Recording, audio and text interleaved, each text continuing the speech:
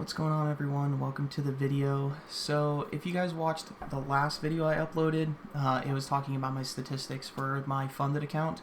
So I'm going to get to that here in just a second. But first I wanted to start off in this screen. I'm going to go into depth in this video about a little bit of chart stuff. But as you can tell, this is the S&P 500 and the Nasdaq. And I just want to talk a little bit about those in this video because I think this is also what could help a lot of people with the stress element that they put on trading and themselves.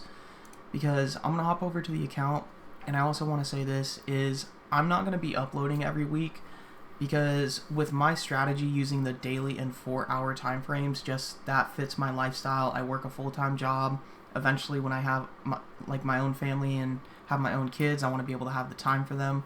So that's why I trade these higher time frames. I don't want to be stuck to a chart. I don't want to have like these high obligations that I have to do this kind of stuff. And I think investing in the Nasdaq and S&P over a long period of time has actually helped me, and that's why I want to talk about that. But I'm not going to be showing my statistics like once a week or once a month. I don't even know how often I'll do it. I'll do it whenever I feel like it. But I try to look at things at like on a quarterly basis. 3 months out of a year is 1 quarter of a year, so there's 4 quarters. But I kind of tend to look at things on a 3-month basis because with my strategy, I also don't get enough trades. I only get like 40 trades a month, so that's not enough data to accurately be able to depict if my strategy is working or if it's a personal problem that I'm having. We're going to jump right into the results and then go over to some charts. I haven't looked at these statistics this week because this account got breached. I think it was like Tuesday or Wednesday this week. It's currently Thursday night. Friday morning, it's 1:14 in the morning. But this account got breached on, I think it was Tuesday or Wednesday this week, but I haven't looked at the statistics. I just got an email and I was like, alright, cool, we finally did it. As you can see, we added another trading day, so the minimum trading days, which is you have to have 5 trading days, and they each have to be $500 in a day because this is a 100K account, so 0.5% of whatever account value you bought. When the account closed, I got all this data, which was pretty cool, so I still need to go through that. I have yet to plug all of this into ChatGPT so it can break down and condense it into an easily digestible kind of paragraph or summary that it gives me of what all these statistics mean for a trader and their strategy. So that's why I use ChatGPT. I don't load it with emotionally charged comments because it'll only tell me what I want to know based on how I'm feeling. I only really use it for plugging in objective stats and values because stats don't lie and they don't care about your feelings. So that's why I care about stats so much. Human behavior, the way people act around you. Somebody can tell you they love you, but their actions tell you something different, right? So that's why I care about stats so much, is because they are just behavior patterns displayed into the real world. Trackable evidence. So I gotta still go through this. Let's look at our calendar.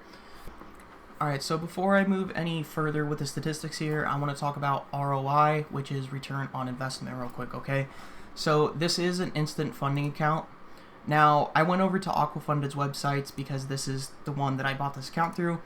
I went to their payment page, and so you can see the challenge is the Instant Pro. That means like instantly. You don't have to pass any challenges. Like instantly you're funded and you can start trading and you can make profits on that account, right? So as you can see here, 100% profit split. That adds, you got to multiply the original cost by 15% and then, figure out the math on that.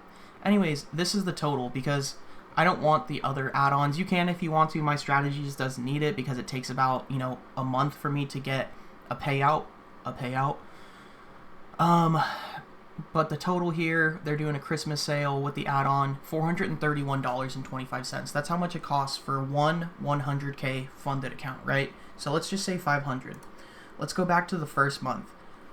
We had a massive ROI, return on investment.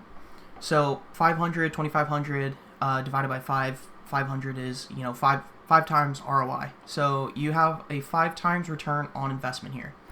You're already break even and in profit.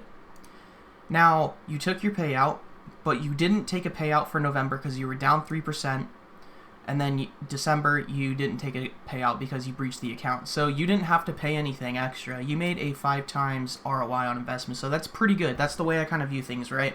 So I don't know why, I just that's just the way I view things with these trading accounts, and with trading overall. It's a business at the end of the day, and I want to think an ROI, return on investment, because at the end of the day, we are taking a risk with capital, right? But as you can tell, theoretically, this account is pretty much break even. Like, you broke even, you got your $500 back, and then you also made 4 times ROI on that, so you made $2,000, right? So just kind of think of that real quick before you get all anal about the results here, especially as a trader. When you're looking at your own results, you need to be very, very objective and like self-analyzing yourself all the time. Even in the moment when trades are open and you're seeing all this data coming through, you need to be able to not shit bricks, essentially. You need to keep your shit together, keep your cool, and that's probably why people tell me I look stoic all the time, or I look pissed off, or they think I'm angry. It's just because I'm trying to keep my shit locked in. But yeah, we breached the account. I'm not really tripping about it because of the reasons I just explained. Account overview. Like I said last video, risk to reward and win rates are going to be skewed because of the different strategies I did run through, and that was also another problem. I didn't stick to one strategy. The only thing I changed was my basic entry criteria and rules that I have to meet to enter the market. Those were all the same, exactly the same. I just played with the risk to reward ratios, which then played with the risk to meet the rules of the prop firm, yada yada. Goes into another video I can do on risk management. The other video, I didn't have this finished. It took me like 3 days of just fucking grinding. So at my job at the front desk, I just sat with my iPad and my journal and was just marking up charts and got this finished. I found the average win rates, the average returns. So my system, statistically, mathematically, on paper, it works. I just need to be able to stick to it, not change any risk parameters, stick to the same lot size, same risk, all of that shit. I need to keep that all the same on my next funded account, and I'll be totally fine over time. The reason why I failed this one, I went over that in the last video, but is because I switched my risk parameters 3 times, which was really not good. So this account is done. Let's go ahead and jump into some charts. So I do want to talk about this a little bit. If you guys are a little bit older, you know, I'm 24, I am looking into retirement because Social Security is just something I'm never ever going to see in my life. The government overpromises on what they can deliver, and seeing that from the generation above me, you know, my parents, and seeing how much they get on their Social Security with the jobs that they had in their life, they had good jobs, and they're just simply not being paid enough to cover essential living costs, because most people have mortgages up into, you know, the day they die, and sometimes they're passed on to the next of kin, their kids. And so what I'm saying here is you can't just rely on a job for Social Security and one day to get paid to, you know, they'll pay you to live 10 years of your life after you sacrifice 50 years. S&P 500. So I forget if it's the Nasdaq or the S&P 500, but one of those is, I think it's the S&P 500. Take 500 of the biggest companies in the world, and they're always changing out, you know, because it's a very competitive market up there, and companies are trying to outpace each other and competitors and stuff and be next generation. So this is basically just betting on human innovation. Like, you know, the most powerful people in the world will continuously innovate. They'll integrate new technology into their products, their research. Basically think of Elon Musk and taking people to fucking Mars and creating baby labs on other planets so our genome can survive, the human race can survive. That's what, you know, you're betting on, that kind of innovation for it to happen. I mean, we look at technology in the past 50 years, like, do you think this won't happen in the next 100, 200 years? So that's a bet I'm willing to take. So what I do is, my system gives me anywhere from 2 to 4 entries. I use the same system I use for Forex, but I'm only looking for buys with the S&P 500 because innovation, society is only advancing from here. We're not going to stop.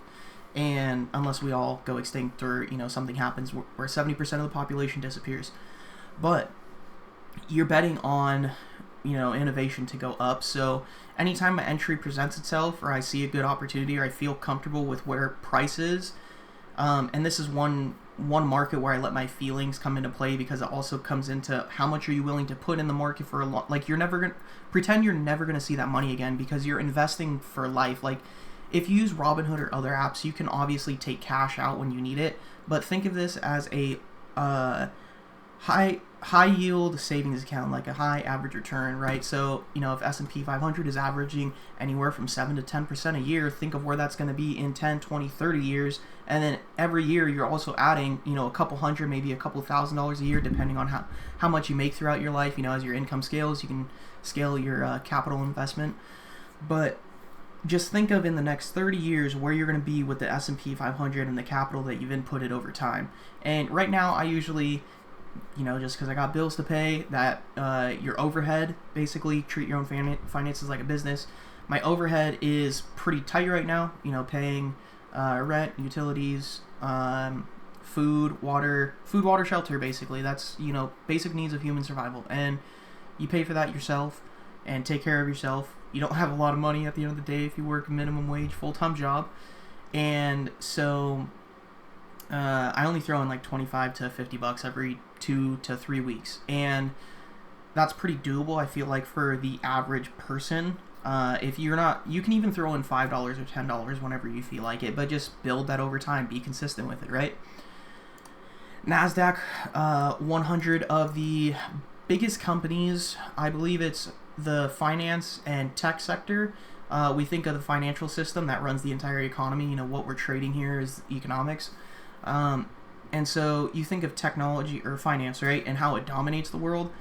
We've integrated so much technology into that finance sector. We have a lot of AI robots, a lot of automated systems. Like, we probably don't even have enough cash to show the to be able to put in one place for all the numbers that people see in their fucking bank accounts.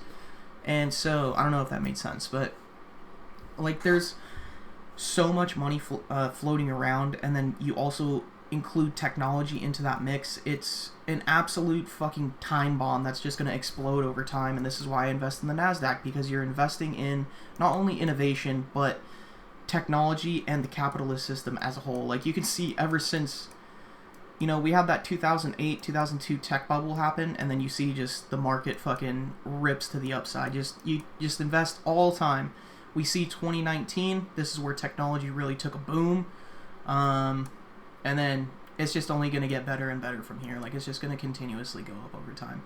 And that's why I invest in the Nasdaq 100, because I am benefiting off the backs of the hard work of other people. And I don't really have to care too much about it. I'm just like, all right, cool, you go, girl. You support yourself. Be a boss, babe. And basically I profit off of their back. So anybody can, you know, just invest into the market. $10, $20, $30 every 2 to 3 weeks, every time you get paid.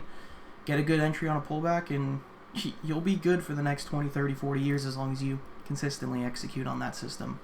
But I only look for buys in these markets. So I am switching more towards like a long-term stocks outlook, just because I've seen better success with it. So each one of these lines here are an entry that I've taken over time. This is a weekly high, and then I kind of bought on this candle.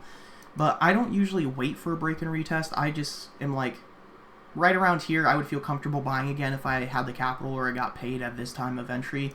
Basically, when it's around my zone of interest. I'm not perfect. I don't have stop losses.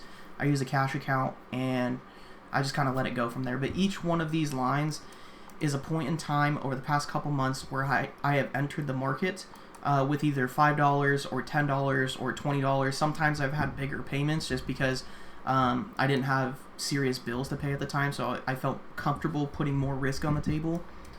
And then you just kind of ride it over time. This is not something I'm going to cash out on right now. It's like, I'm pretty comfortable. I can pay my bills. It's just something I'm going to hold for the long term because of the long-term outlook and how the S&P 500 work and how the Nasdaq works. So I just kind of wanted to go over that because I feel like for someone in the trading space, this is an absolute fucking bonus, because this relieves a lot of stress from the active trading, from feeling like I have to perform for trading Forex, because it's not a market where you can trade, in my opinion, for how I like to do it, for the S&P 500 and the Nasdaq. Like, this is always, the economy is always fluctuating in those, in this market. And so, anyways, guys, that's pretty much been the video. I'm a little tired of talking and hearing my own voice here, but these are the statistics. I honestly don't know when I'm gonna do another video. I find it a lot easier to perform and to stay objective and not get engulfed in my own emotions, and especially because all I do is work and gym. I don't really have time for anything else. It's like work, gym, sleep, cook for myself, go to the store, do these chores, clean, take care of myself essentially. And I don't really have a lot of time for anything else. I don't really go out. And yeah, it's just a lot easier for me to just kind of stay in the shadows per se and just do my thing and not really be interrupted. And that's just a lot easier for me to stay a little more grounded. So I don't know, the next time I'm going to post, I might do a totally different type of video next time. I don't really know. But that's been it, guys. Take the advice to heart for the S&P 500 and Nasdaq. I think it'll help you guys.